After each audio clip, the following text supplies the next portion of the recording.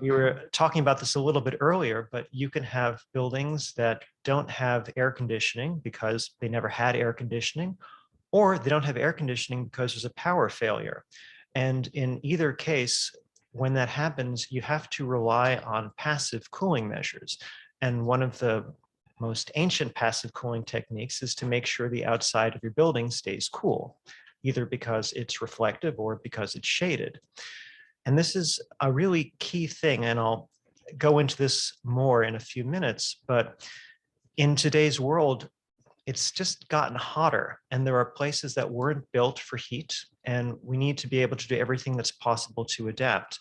And this often takes place in those communities that are just not well set up to deal with it, either from history or because these are disadvantaged communities. So comfort, health, and safety in heat waves is a big deal. One of the other well-known benefits of cool surfaces is because they lower the outside air temperature, they slow the chemical reactions that turn precursors like nitrogen oxides and volatile organic compounds, VOCs, into smog. So if you can lower the outside air temperature through your heat island mitigation, you can also reduce the rate of ozone formation, and so your skies are less smoggy and you can breathe a little more easily.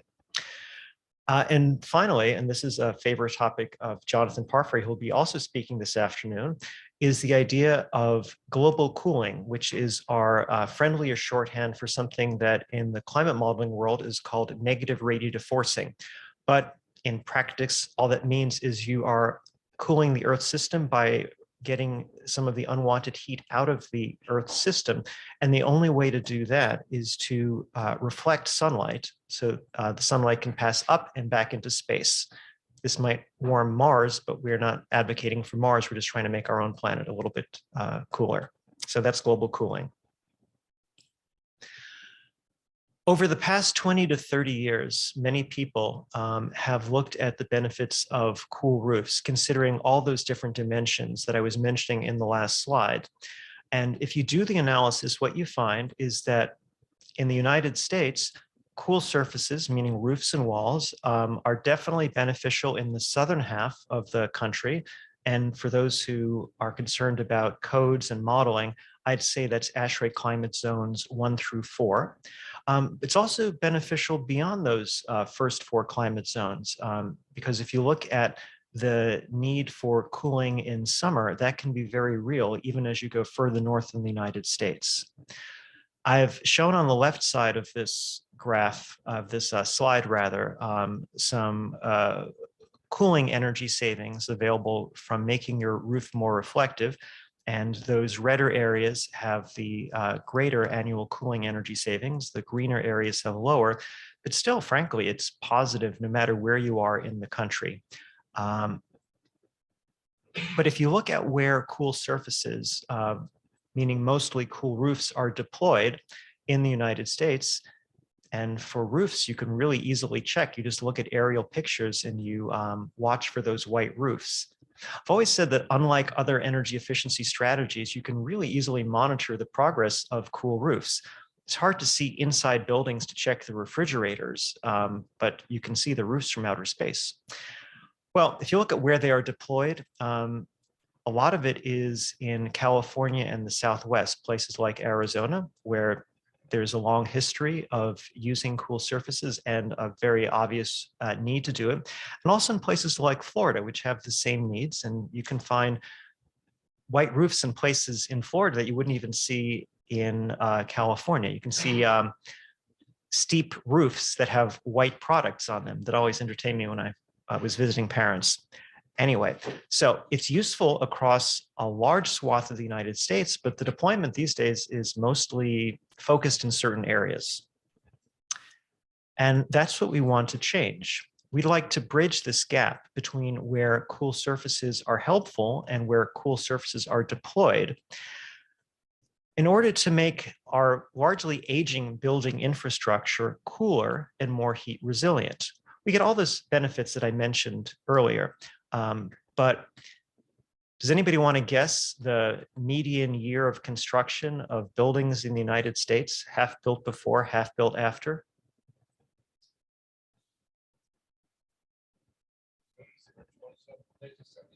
Yeah, if you guess in the 1970s, you're right. Depends on exactly which building stock, but basically mid 1970s.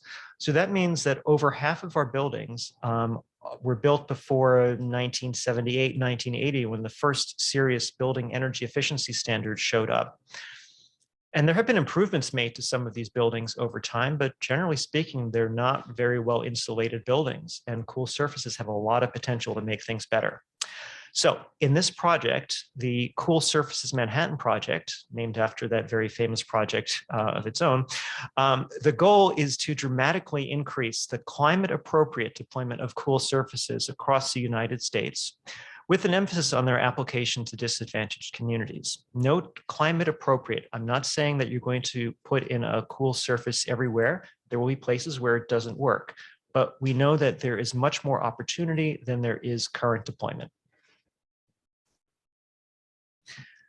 Why Manhattan Project? Why that name? Well,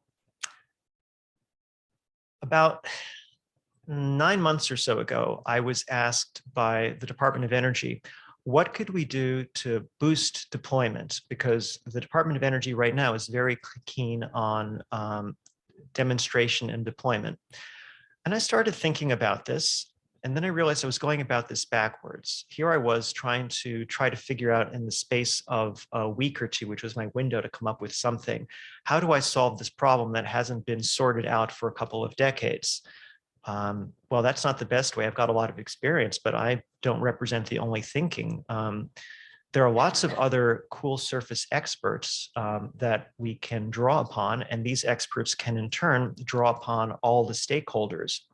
So we put together this project with sponsorship from the US Department of Energy's Building Technologies Office that includes Oak Ridge National Laboratory. Andre Desjardins is our lead there.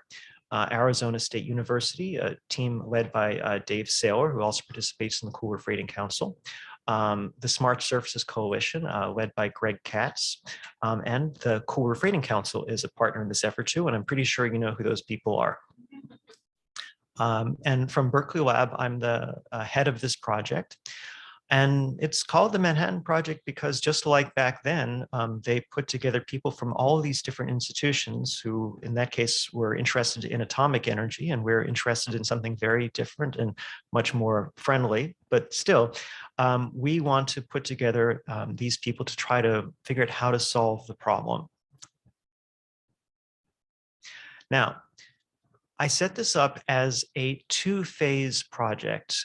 There's a research phase and then a deployment phase. We're in the research phase right now. For 9 months, that started back in January, we're working to develop a 2-year deployment plan that would, for those who think in terms of federal fiscal years, run fiscal 23 and 24, basically 2 years starting around this October. And in this first phase, phase 1, this is all about research and planning. So I've noted here the 4 elements to that first phase. The first is to identify opportunities and barriers, and I'll explain all those in a moment. Then to try to adapt deployment models that have worked for other technologies. Third, to engage with stakeholders. I said a moment ago that, yeah, we're bringing in some experts to work on the project, but that hardly represents all of the knowledge and investment in cool surfaces. There are lots and lots of other peoples, so we're busy engaging with them. And then from all of that to produce a deployment plan, which is that phase 2.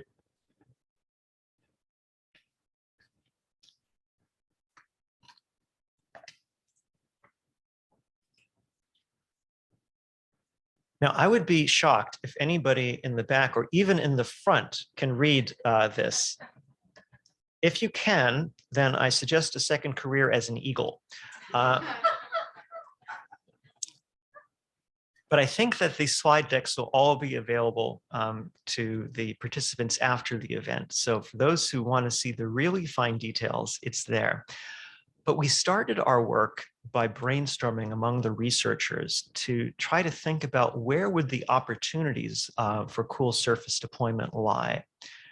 For example, what might be the opportunities related to policy or programs or education or various other channels? And I'm not going to try to read through the whole diagram, but let me just explain what we did was we went into certain areas, like maybe a vehicle was policy. And then we thought, well, what are the different branches of policy? For example, there are things from the federal government or from the state governments or from cities. And then in these tiny little bubbles that you can't read, and I can't even read them on this screen here, we tried to figure out who should we talk to? Who are those relevant stakeholders? So we thought about the big areas, then we thought about the sub areas, then who to talk to. And so that presented us with some of the opportunities for cool surface deployment. But we know there are also barriers, and these barriers can relate to supply or to cost or to aesthetics or to regulations and enforcement or to climate issues. And just to give you an example of some things that might be less obvious, we often think about regulations, how they can make cool surfaces happen. California has its Title 24 Part 6 building energy standards that have played a big role in making cool roofs a thing.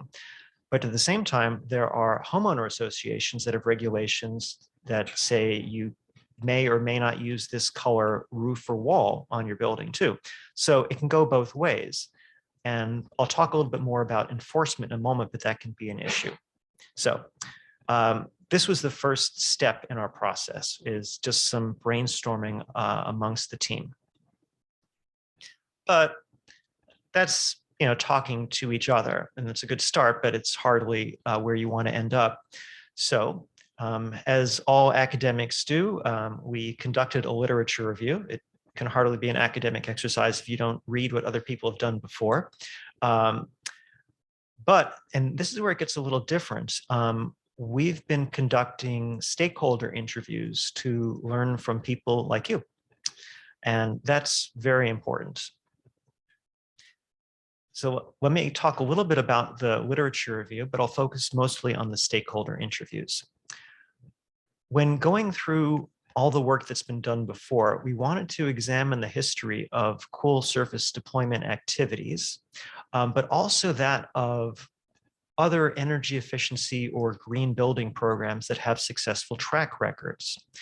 So for the first part, what kind of cool surface deployment has happened in the past? And by deployment, we mean things like code improvements or incentives or certification and labeling programs, which are near and dear to this particular organization. So you do the usual kind of keyword search in the general academic literature. And then we started looking at material that might not be indexed quite so well. For example, there's a series of heat island countermeasure conferences. I think it'll be number 6 is what Sarah was mentioning earlier, be in Melbourne coming up in a year or so. So we added material from that too. And then the CRC was very kind to provide a database that it put together related to code, standards, and research on the subject of cool surfaces. So, you get 68 sources or whatever my number is from the simple literature search, and then another 38 get added from the conferences, but then 136 get added from what the CRC has put together. So kudos there. And then out of the 200 plus, we tried to figure out which were most relevant. So there are like 48 or so documents that would be really helpful to understand cool surface deployment activities in the past. And then for other energy efficiency or green building programs quite separate from cool surfaces, we did a search, gives us 117. Then we did a second search, done a little different way, another 26. And then we picked 32 out of those. So that's doing our homework to know what has been found out by previous researchers. And then going on to the stakeholder interviews. First, we developed questions for each of the different stakeholder groups, and I'll explain the stakeholder groups soon. But at a high level, questions looked like this. What's your role? How long have you been with that organization? And then in this set of questions that we used for city and federal employees, We asked, have you considered or implemented energy efficiency or cool surface, meaning wall, pavement, or roof codes, ordinances, or voluntary programs? And then we asked, have you implemented any projects or demonstrations that could serve as a model or offer lessons learned related to cool surfaces? So maybe it was a cool surface project or program, but maybe it was something else they thought was particularly instructive and could tell us about. Have you found any challenges or impediments to requiring or promoting cool surfaces in whatever your jurisdiction is? And are you aware of other reasons not to require the installation of cool surfaces? And if so, we wanted to learn more about them. We had 10 different categories of stakeholders, and we had somewhat different sets of questions for each. And this is just the high level. We also had a whole bunch of sub-questions, as a few of you who are in here and have been subject to our interviews know. But this gives you an idea of the kind of information that we're trying to gather from the stakeholders. There are a lot of them. We reached out to 83 stakeholders, and some of these are from cities, others from industry associations or from manufacturers, from state or federal agencies. And here you can see the distribution from the most populous to the least populous groups. So of those 83, we had 29 who are city employees, another 17 from industry associations. We thought it'd be especially helpful to try to talk to industry association representatives because they tend to have knowledge that come from their membership. So pretty broad and deep. Then we've got 8 from state energy offices for sort of obvious reasons, because they're largely responsible for codes in their own states. 6 cool product manufacturers. Now, the reason there are only 6 is because we have the 17 industry associations. So we weren't trying to speak to every single cool product manufacturer out there, but just a select few. Then nonprofit and think tanks. And these are generally, sort of do-gooder organizations who have an interest in promoting energy efficiency or cool cities or cool surfaces or something else, but who have good insight into policy, research, and advocacy. Then researchers, those are people not unlike me. Power utilities, really big thing because a lot of the for use of cool surfaces has come from utilities. Federal employees, because we want to engage with branches of the federal government other than the Department of Energy. There's a primary sponsor, but we want this to be a multi-branch deployment plan, and some private consultants. So we reached out to many, many people. And this included a wide geographic diversity too. Among those 83, we had 50 stakeholders that could be attributed to 20 different states. And we've got a little map here showing where the state-specific people were. And as you might expect, the largest group was in California, and that's for 2 reasons. First, California has been largely ahead of the curve on cool surfaces, and it's the most populous state. So it kind of works out that way. Usually described as the world's 5th largest economy if you count it by itself. But it's not just all California, which is why we're showing it here on this map. And then there were another 33 stakeholders on our contact list who we think have more of a national interest. And so that's why they're not on this map. We've interviewed 46 of the stakeholders to date. So we contacted 83, 60 of them responded, so it's about 72%. And then so far we have interviewed those 46, that's 55%. We've got a few more that are in pipeline. And when we spoke to stakeholders, we would always ask, is there somebody else to whom we should speak? So we actually have a long list of additional people whom we could contact if we feel that is going to be helpful. And the people we've interviewed, the largest group is city employees, followed by industry association representatives, then manufacturers, and so on and so forth. A little bit of a summary of what we found so far, although we are still in early days on the project. In the interviews, the topics that came up are shown here in one of these word clouds. So the bigger the word, the more popular the topic was in our conversation. So I would say that pilots were the most common topic, and that would usually mean the idea of having big pilot programs, either for purposes of demonstration or maybe a pilot program to expand production of a particular kind of roofing material. Codes, sort of short for codes and standards, was another really big one, and not a surprise, because first, a lot of the people whom we spoke to were city or state employees, and a lot of the use of cool surfaces is driven by codes, but also, manufacturers would, or industry association reps would tell us that a lot of what they've done in the cool surface realm has been driven by codes, like that of California for building energy efficiency. And then R&D, because we did talk to a lot of people about what could we do. There were suggestions about what sort of research and development would be needed in order to make wide deployment of cool surfaces a reality. While we're still in the process of looking at all the information that we've gathered from the stakeholder interviews that have been complete, I decided I could share just a few examples from what we've heard. So here we have for 6 different types of stakeholder takeaways from a single interview. Doesn't mean this represents the collective wisdom of, say, all federal employees or all city employees. These are just meant to illustrate the kind of things that we've heard.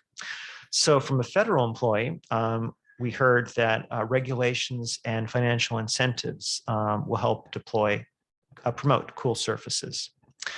From a city employee, what we heard is that vulnerability assessments and environmental justice mapping tools were critical in equitably allocating resources for cool roofs in New York City's low-income communities.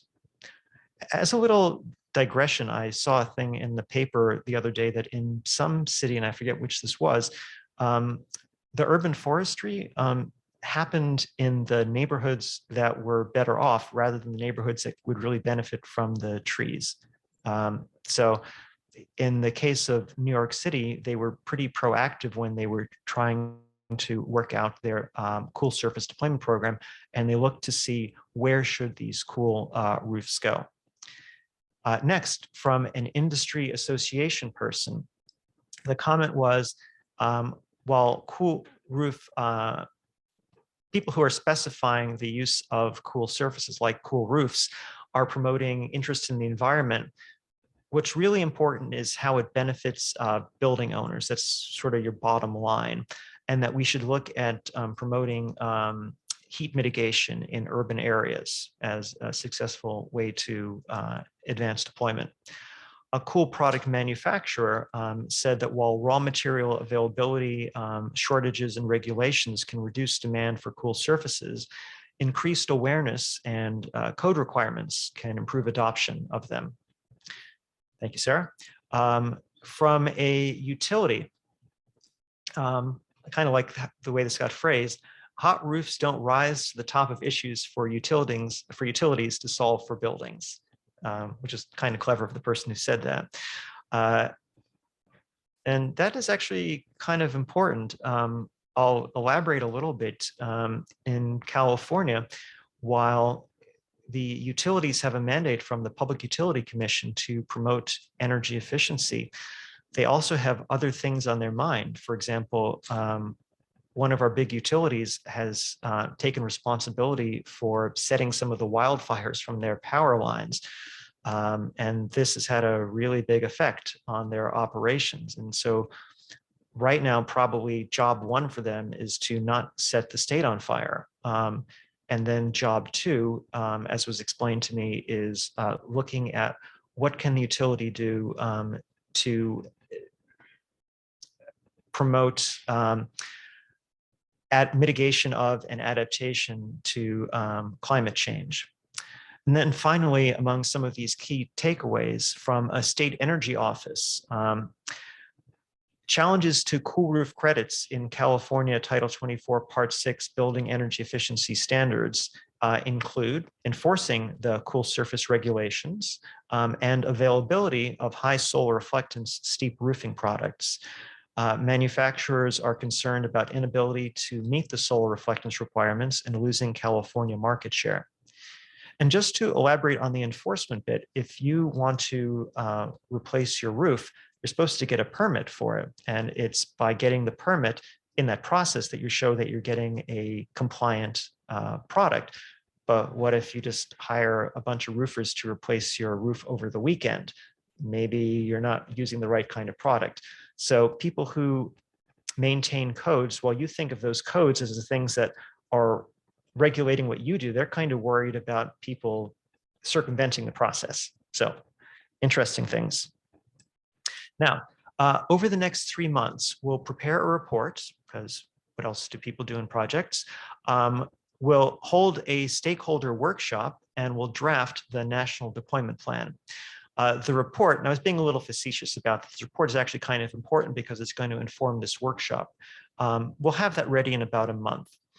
We're going to host a stakeholder workshop at the end of July, and I'll explain that in the next slide. And the goal is, with input from this workshop, to finalize the deployment plan by September, because the next federal fiscal year rolls around in October and we want to be ready for that. That was our mandate. We're going to convene an online workshop for stakeholders on Thursday, July 28th. It's been a lot of fun getting together with people in person, but our stakeholders are all around the country, and I'm not sure everybody can take the time and resources to fly to one place to talk.